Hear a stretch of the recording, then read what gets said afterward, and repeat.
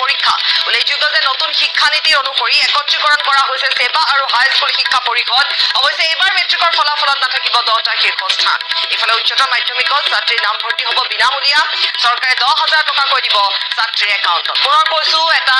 breaking news আৰু এই খবৰটো আমি পুনৰবাৰ আপোনালোকক জনাব বিচাৰিছো কালিৰ দিনটো জনাইছিলো যে হাইস্কুল শিক্ষান্ত পৰীক্ষাৰ ৰিজাল্ট কেতিয়া দিব ফলাফল কেতিয়া ঘোষণা হ'ব গতিকে তাৰ মাজতে আহিছে যে প্ৰথম পৰ্যায়ৰ নিৰ্বাচনৰ দুদিনৰ ভিতৰতে হাইস্কুল শিক্ষান্ত পৰীক্ষাৰ ফলাফল ঘোষণা হ'ব সৰু পথাৰত নিৰ্বাচনী প্ৰচাৰৰ মাজতে ঘোষণা কৰিলে মুখ্যমন্ত্ৰীয়ে 19 পৰা 21 এপ্ৰিলৰ ভিতৰত ঘোষণা হ'ব HSLCৰ ফলাফল ইফালে অহা বছৰো মেট্ৰিক পৰীক্ষা অনুষ্ঠিত নহয় সেৱাই নহয় অহা বছৰৰ পৰা নৱগঠিত পৰিষদে পৰীক্ষা পাতিব উল্লেখযোগ্য যে নতুন শিক্ষানীতি অনুসৰি একত্ৰীকৰণ কৰা হৈছে সেৱা আৰু হাইস্কুল শিক্ষা পৰিষদ অৱশ্যে এইবাৰ মেট্ৰিকৰ ফলাফলত 10টা শীৰ্ষস্থান নাথাকিব ইফালে উচ্চতৰ মাধ্যমিকত ছাত্ৰীৰ নাম ভৰ্তি হ'ব বিনামূলীয়া চৰকাৰে 10,000 টকাকৈ দিব ছাত্ৰীৰ একাউণ্টত মেট্ৰিকৰ ৰিজাল্ট দিব কোন তাৰিখে দিব 19, 20, 21 তাৰিখ মানে মেট্ৰিকৰ ৰিজাল্ট দিব ঠিক আছে অংকৰ প্ৰশ্নখন টান আহা বুলি কৈছিল তথাপিতো পাছ কৰিব কোনো চিন্তা কৰিবলগীয়া নাই এতিয়া আপোনালোকে চাওক যিমান ছোৱালীয়ে মেট্ৰিক পাছ কৰিব সবটো কলেজত নাযাব ঘৰত টকা পইচাৰ অসুবিধা আছে এইবাৰ আমি বিনামূলীয়া নাম ভৰ্তিও কৰি দিম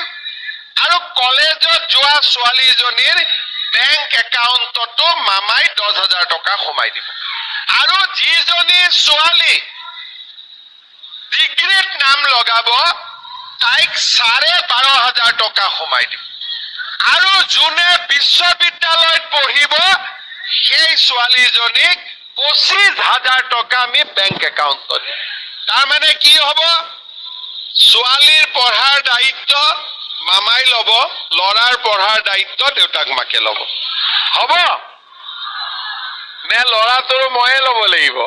মই আকৌ লৰাকেইটাৰ পুলিচ চাকৰি দায়িত্বটোহে লৈ আছিলো যে জুলাইত দৌৰক বুলি সিহঁতে হয়নে নহয়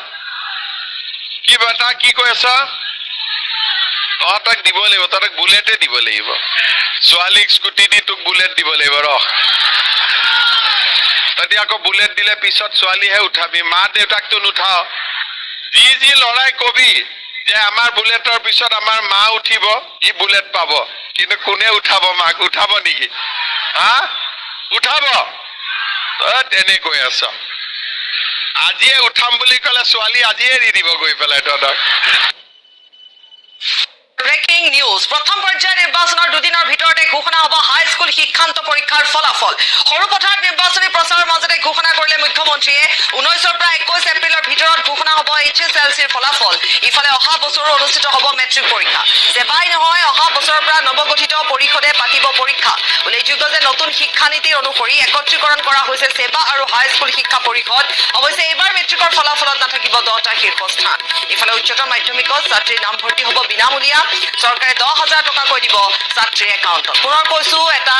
ব্ৰেকিং নিউজ আৰু এই খবৰটো আমি পুনৰবাৰ আপোনালোকক জনাব বিচাৰিছো কালিৰ দিনটো জনাইছিলো যে হাইস্কুল শিক্ষান্ত পৰীক্ষাৰ ৰিজাল্ট কেতিয়া দিব ফলাফল কেতিয়া ঘোষণা হ'ব গতিকে তাৰ মাজতে আহিছে যে প্ৰথম পৰ্যায়ৰ নিৰ্বাচনৰ দুদিনৰ ভিতৰতে হাইস্কুল শিক্ষান্ত পৰীক্ষাৰ ফলাফল ঘোষণা হ'ব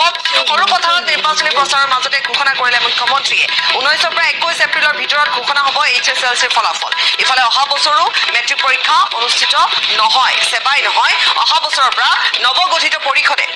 পৰীক্ষা পাতিব উল্লেখযোগ্য যে নতুন শিক্ষানীতি অনুসৰি একত্ৰীকৰণ কৰা হৈছে সেৱা আৰু হাইস্কুল শিক্ষা পৰিষদ অৱশ্যে